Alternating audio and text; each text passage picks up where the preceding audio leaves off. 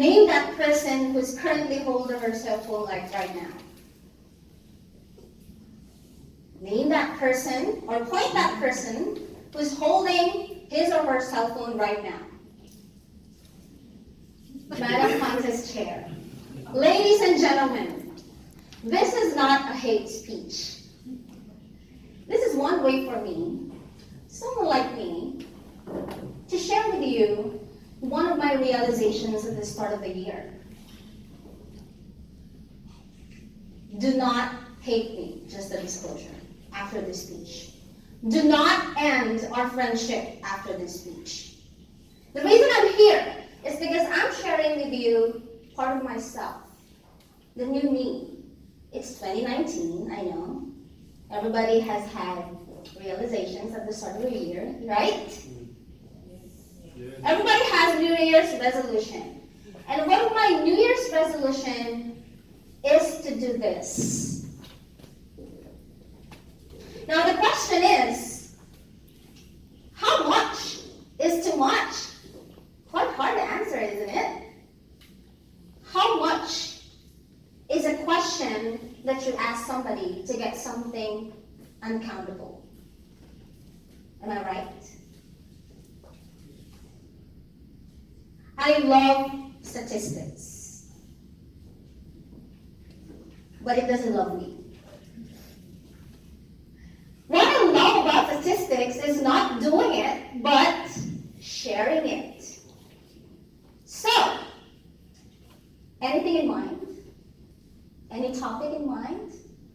Do you have any idea what I'm going to talk about today? Is it about love? Yes or no? It's not. What is it about then? It's about gadgets, something like that, yes. But the question, how much is too much, can be answered by your social media addiction. Looking back and talking about statistics, because I love doing it. I love sharing statistics. That's the only thing I love about statistics, by the way, sharing it and doing reporting. 3.1 billion people around the world are estimated to be social media users. 3.1 billion. And 210 million of this 3.1 billion people are estimated to have suffered and are still suffering from social media addiction. They admit it. Out of these 210 million people, 5.71 sleep next to their mobile phones. Silver lining. At least they sleep next to their mobile phones, right? Not to anything else. 5.71 million people. For example, 7% of Americans sleep to their mobile phones or next to their mobile phones. And 47 million people have been estimated to have been deprived of sleep. Now, how many hours of sleep did you have yesterday or last night? 4. Before going to bed, what were you holding? Was it your cell phone? Was it your mobile phone? These are questions that you can ask before going to bed this evening. Now, out of these results, 55 more teens, according to the study, are more sleep deprived than in 1991. Imagine that. So, what year is it now? 2019. This study was conducted last year. And looking back, way back in 1991, do you remember? Okay, don't count. Okay, don't count. We're talking about age now. Okay? 1991, what object did you sleep with when you were young? Your stuffed toy, maybe? your jackstones? I remember I used to fall asleep with nips in my mouth.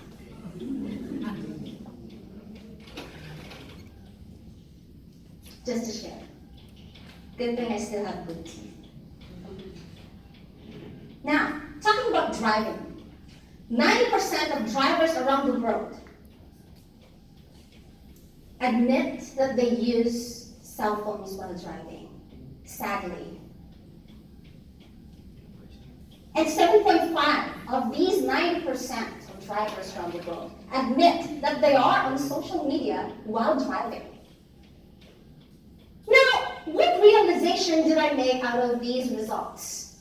It means that 70% of user growth every year is what is achieved through studies. But does the behavior change? It doesn't. It keeps getting worse. What am I here for? Because I'd like to share with you some of the symptoms of social media addiction. There are 7 symptoms. Now, I'd like everybody to create a mind checklist. In your mind, as we go with the symptoms, just say yes or no. First symptom. You use social media more than an hour a day. Yes.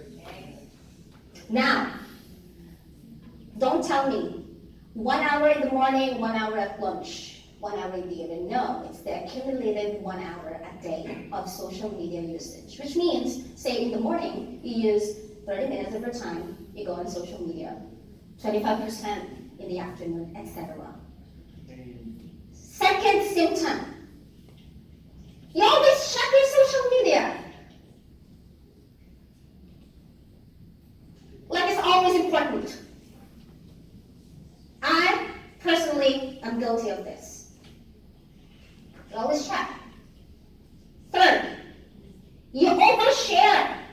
I know a friend, whenever I go to his timeline, I'd see a lot of sharing. There's nothing wrong, as long as you do it from time to time, but not like every time. 4, social media has been a distraction already. Like when having a conversation, instead of listening, you are on your phone. That is what we call distraction. Number 5, obsessive thoughts. You are already having obsessive thoughts, which means that you cannot go to sleep unless you change your profile picture. Or, can be, you post something with 4 pictures of yourself with a caption that is far related to your picture. Guilty? Yes, I am. 6, it's already a competition between you and friends when it comes to looking for new friends. Just to share with you very quickly, yesterday, one of my colleagues asked me, Anne, is Ray Jesus Espino your dad? Yes, he is. Why? Because he has just sent me a friend request. Should I accept or not? Go ahead and accept it. Is it okay? Of course it is. Why? No, just asking. Probably because he can message you or he can message me from time to time whenever he or you do not reply to his text. No, that's okay. Now, after that, I checked my social media accounts, specifically Facebook, and found out that my father and I have 147 mutual friends. Upon checking, most of his friends, or most of these mutual friends that we have, are my colleagues, which he hasn't met. I didn't reach out to my dad, so don't tell me. Don't tell my dad about this. Shout out, Dad, peace. Last symptom, you are already sleepless.